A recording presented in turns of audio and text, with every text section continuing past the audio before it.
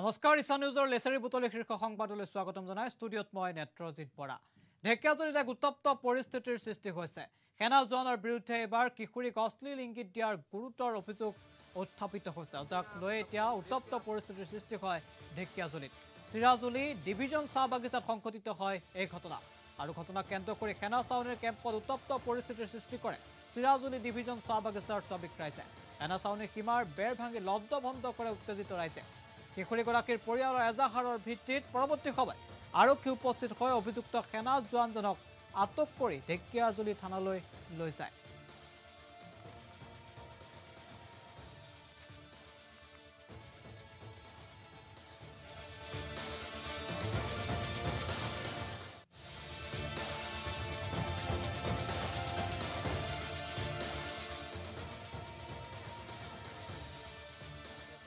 army হওক পুলিচে হওক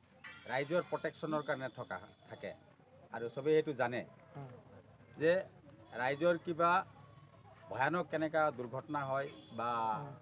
উগ্ৰপন্থীৰ কিবা প্ৰটেকশ্যনৰ কাৰণে এইবিলাক কেম্প দিয়া হয় আৰু সেই আশাৰে আমাৰ বাগিচাও এইখন কেম্পটো দিয়া হৈছিলে তো ইমান দিনে এনেকুৱা ঘটনাবিলাক হোৱা নাছিলে তো এতিয়া আমি সোধপোছ কৰিলোঁ তেওঁ ইউপিৰ হয় ইউপিৰ মানুহ তো এনেকুৱা যেতিয়া এই ঘটনাবিলাক ঘটিব ওলাইছে তো এতিয়া মানুহৰ ভয় হৈ গ'ল আৰু আমাৰ ল'ৰা ছোৱালীবিলাক সদায় সৰু ছোৱালী হওক বোৱাৰী হওক ৰাতিলৈকেও দিনতো আহিছে পৰৱৰ্তী খবৰলৈ অত্যাৱশ্যকীয় খাদ্য সামগ্ৰীৰ মূল্য বৃদ্ধিৰ প্ৰতিবাদত এইবাৰ উত্তাল হৈছে ডিব্ৰুগড় ৰাজ্যজুৰি অস্বাভাৱিকভাৱে বৃদ্ধি পোৱা প্ৰয়োজনীয় খাদ্য সামগ্ৰীৰ দাম বৃদ্ধি হৈ থকাৰ সময়তে আজি সন্ধিয়া জাতীয়তাবাদী যুৱ ছাত্ৰ পৰিষদৰ ডিব্ৰুগড় জিলা সমিতিয়ে জোৰ সমদল লৈ এক প্ৰতিবাদী কাৰ্যসূচী বাহিৰ কৰে মূল্যবৃদ্ধি ৰোধ হ'বই লাগিব বিজেপি চৰকাৰ হাই হাই আদি সংগ্ৰামী শ্লোগানে ৰাজপথ উত্তাল কৰি তোলে সংগত সন্থা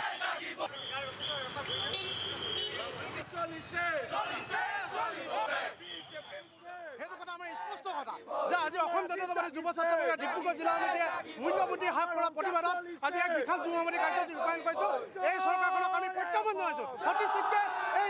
সামগ্ৰী যদি ৰোধ নকৰে তেন্তে অনাগত দিনত কিন্তু অসম জাতীয়তাবাদী যুৱ ছাত্ৰ পৰিষদে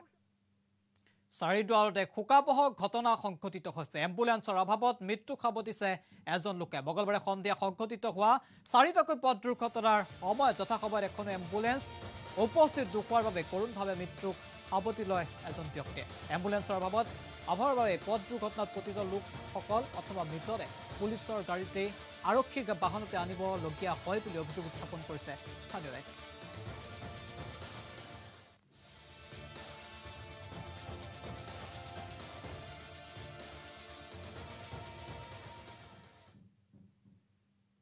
পৰৱৰ্তী খবৰ পলাশবাৰী মিৰ্জাৰ তেল ডিপুত সংঘটিত হৈছে দিন ডকাইতিৰ ঘটনা কামৰূপ জিলাৰ মিৰ্জাৰ শান্তিপুৰস্থিত পলাশবাৰী ছাৰ্ভিচ ষ্টেচন নামৰ তেল ডিপুত সংঘটিত হৈছে ঘটনা অখিল কলিতা নামৰ এজন কৰ্মচাৰীয়ে বেংকত জমা থবলৈ নিয়া 11 লাখ টকা লুট কৰে অচিনাক্ত দুৰ্বৃত্তৰ দলে কলা ৰঙৰ দুখন পালচাৰ বাইকত আহিছিল দুৰ্বৃত্তৰ দলটোৱে আৰু টকা কাঢ়ি নিয়া ঘটনা প্ৰত্যক্ষ কৰে স্থানীয় লোকে ঘটনাস্থলীত উপস্থিত হয় পলাশবাৰী আৰক্ষী মই গাড়ীখন ৰখাইছোঁ মই ট্ৰাক চলাওঁ ট্ৰাকখন ৰখাওঁতে এটা মানুহ দৌৰি আহিছে দৌৰি আহি কৈছে যে গেলে লৈ গেল তহঁতৰ পাম্পৰ মানুহ কাৰোবাৰ পইচা লৈ গৈছে নেকি কওঁতে আৰু এই হেৰি পাম্পৰ মানুহে কৈছে কওঁতে আৰু তাৰ লগতে মই দৌৰি গৈছোঁ গৈ পেলাই খুৰাক পাইছোঁ বেগৰ ফিটাটো হাতত লৈ ৰখি আছে তখনতে আৰু এই ল'ৰা দুটা পলাই গ'ল ই আৰু পিছে গৈছে এবাৰ হাগ্ৰামা মহিলাৰ তীব্ৰ সমালোচনা কৰিছে এপিপিএলৰ নেতা প্ৰবোধ বৰুৱে ইউপিপিএলে চৰকাৰ গঠন কৰিব বুলি দাবী কৰিছে প্ৰবোধ বৰুৱে আগন্তুক বিটিচি নিৰ্বাচনক লৈ গুৰুত্বপূৰ্ণ মন্তব্য প্ৰদান কৰে প্ৰবোধ বৰুৱে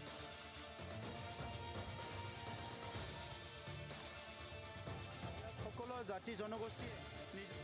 অধিকাৰ পাবলৈ সক্ষম হ'ব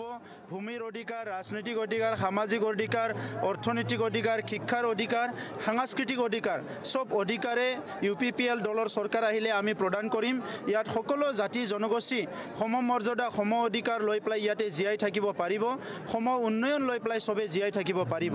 ইমান 17 বছৰত বিটিচি যিটো ইয়াত সৃষ্টি হ'ল এই বিটিচিটো হাগ্ৰামা মহিলাৰীয়ে এটা দুৰ্নীতি ভ্ৰষ্টাচাৰৰ এটা নগৰ হিচাপে গঢ়ি দিব বিচাৰিছিলে আমি কোনোদিনে দুৰ্নীতি ভ্ৰষ্টাচাৰ হত্যা হিংসাৰ নগৰ হিচাপে আমাৰ বিটিআৰটো হ'বলৈ নিদিওঁ আজি এই দুৰ্নীতি পৰৱৰ্তী খবৰ এবাৰ অৰুণোদয় আঁচনিক লৈ প্ৰতিবাদ পলাশবাৰী সমষ্টিৰ আমতলা জিয়াকুৰ গাঁও পঞ্চায়ত কাৰ্যালয়ত ৰাইজে সাব্যস্ত কৰিলে প্ৰতিবাদ অৰুণোদয় আঁচনিত ধনী মানুহৰ নাম সোমোৱা আৰু ব্যাপক খেলিমেলিৰ অভিযোগ তুলি বিধৱা অবিবাহিত আৰু শাৰীৰিকভাৱে সক্ষম মহিলাই সমতল কৰি উত্তপ্ত পৰিস্থিতিৰ সৃষ্টি কৰে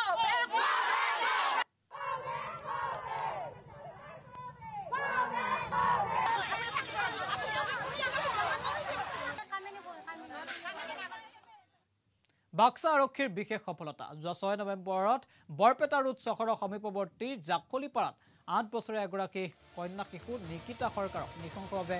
হত্যা কৰা হত্যাকাৰী ৰূপব্ৰত বৰ্মনক গুৱাহাটী নাৰেংগীস্থিত মা অন্নপূৰ্ণা ফাৰ্নিচাৰৰ পৰা আৰক্ষীয়ে আটক কৰে উল্লেখ্য যে নিকিতা সৰকাৰ নামৰ শিশু কন্যাগৰাকীক ৰূপব্ৰত বৰ্মন নামৰ লোকজনে নিজৰ ভাড়া থকা কোঠালিতে নৃশংসভাৱে হত্যা কৰি 6 নৱেম্বৰৰ পৰা পলাতক অৱস্থাত আছিল অৱশেষত বাক্সা আৰক্ষীৰ তৎপৰতাত আটক কৰিবলৈ সক্ষম হয় হত্যাকাৰীৰ ৰূপব্ৰতক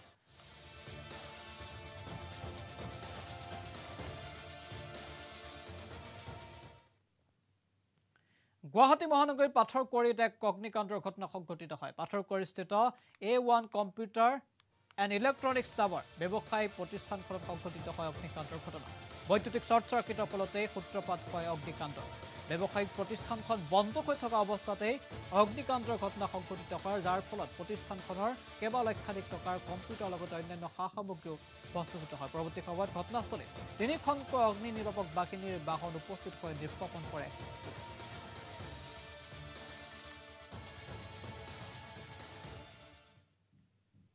কলিয়াবৰত অনুষ্ঠিত হয় শ্বহীদ দিৱস মাধ্যম আন্দোলনৰ শ্বহীদ নৰেন্দ্ৰনাথ মহন্তৰ সোঁৱৰণিত কলিয়াবৰ কেন্দ্ৰীয় ছাত্ৰ সন্থাই দুদিনীয়া কাৰ্যসূচীৰে শ্বহীদ দিৱস পালন কৰে মাধ্যম আন্দোলনৰ পঞ্চম শ্বহীদ নৰেন্দ্ৰনাথ মহন্তৰ সোঁৱৰণত শ্বহীদ বেদীৰ প্ৰাংগণত মন্ত্ৰী প্ৰজ্বলন কৰে শ্বহীদ নৰেন্দ্ৰনাথ মহন্তৰ জীয়ৰী ভাগ্যপ্ৰিয়া মহন্তই ইয়াৰ পাছতেই সৰ্বধৰ্মীয় প্ৰাৰ্থনাও অনুষ্ঠিত হয়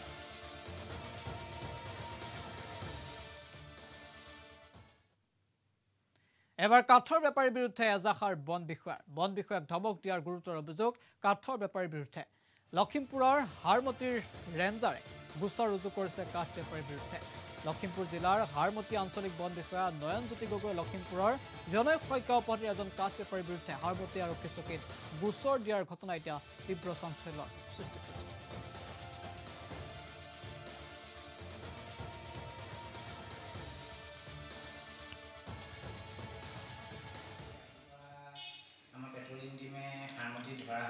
হয় কাঠখিনি উইদাউট চালানত লখিমপুৰৰ পৰা আপোনাৰ পথালি পাহাৰলৈ আহি আছিলে চালান নাই চালান নাছিল হয় সাধাৰণ কেছ মেমো এখন দি পঠিয়াইছিলে তেওঁৰ ড্ৰাইভাৰহাতে লখিমপুৰৰ কলৈকে আহিছিলে পথালি পাহাৰ লখিমপুৰৰ পৰা পথালি পাহাৰলৈ আহিছিল তেওঁ আহি পেলাই অপদস্থ ব্যৱহাৰ কৰে মোক ভাবুকি দিয়ে মোৰ ষ্টাফক ভাবুকি দিয়ে মোক পিছত চাই ল'ম বুলি কয় হয় তেওঁৰ পত্নীও মোক আহি পেলাই ভাবুকি দিয়ে হয় কেইবাখনো উপন্যাস আৰু নাটকৰ লেখক অনিল দাসৰ দ্বিতীয় মৃত্যু তিথিত তেওঁৰ বাসগৃহতে এখনি স্মৃতিগ্ৰন্থ উন্মোচন কৰা হয় পলাশবাৰী সমষ্টিৰ কুকুৰমাৰাৰ বৈশিষ্ট্য সমাজকৰ শ্ৰীমন্ত কলিতাই উন্মোচন কৰে প্ৰীতি দেৱভৱ নামৰ গ্ৰন্থখন আৰু উন্মোচনৰ পূৰ্বে তেওঁৰ নাতিনী প্ৰিয়ম দাসে ভক্তিমূলক গীত পৰিৱেশন কৰে আৰু অনুষ্ঠানত শিল্পী পেঞ্চনাৰ শুক্লেশ্বৰ মহন্তকে ধৰি কেইবাগৰাকীও বিশিষ্ট ব্যক্তি উপস্থিত থাকে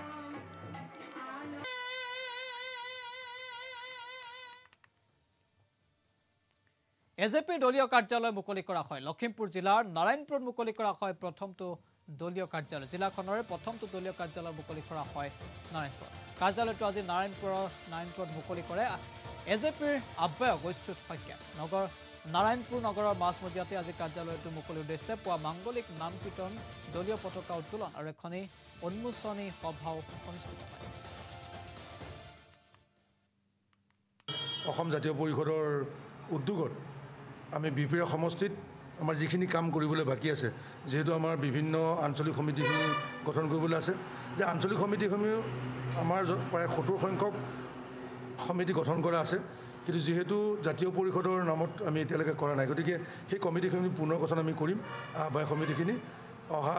এই নৱেম্বৰৰ মাহৰ ভিতৰতে বিপিৰা সমষ্টিৰ 20খন আঞ্চলিকত অসম জাতীয় পৰিষদৰ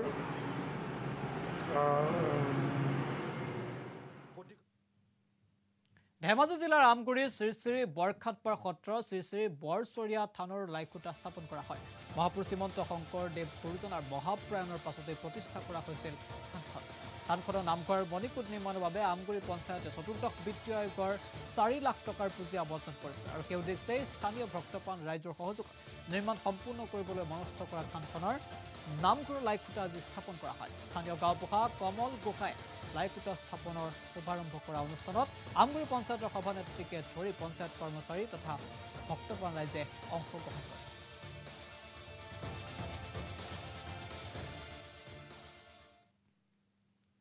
টিহুত আজি উদ্বোধন কৰা হ'ল অসম ৰাজ্যিক পৰিবহণ নিগমৰ এখন বাছ উদ্বোধন কৰে ৰাজ্যিক পৰিবহণৰ উপাধ্যক্ষ হৰিচৰণ বৰুৱাই টিহু মণ্ডল বিজেপিৰ আবেদনক সঁহাৰি জনাই অসম ৰাজ্যিক পৰিবহণে টিহু ৰাজ্যৰ সহায়ৰ বাবে মুকলি কৰি দিলে যাত্ৰীবাহী বাছখন টিহু দীঘেলী বৰ্মা হৈ উলুবাৰী গুৱাহাটী মেডিকেল কলেজ হস্পিটেললৈ কাইলৈৰ পৰা চলিব এই বাছখন পুৱা 7 বজাত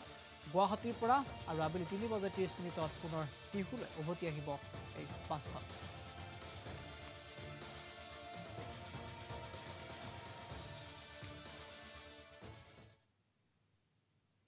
আৰু ইয়াৰ লগে লগে লেচাৰী বুটলি শীৰ্ষ সংবাদৰ পৰা মই নেত্ৰজিৎ বৰাই বিদায় লৈছো অধিক খবৰৰ বাবে চাই থাকিব ঈশান নিউজ ধন্যবাদ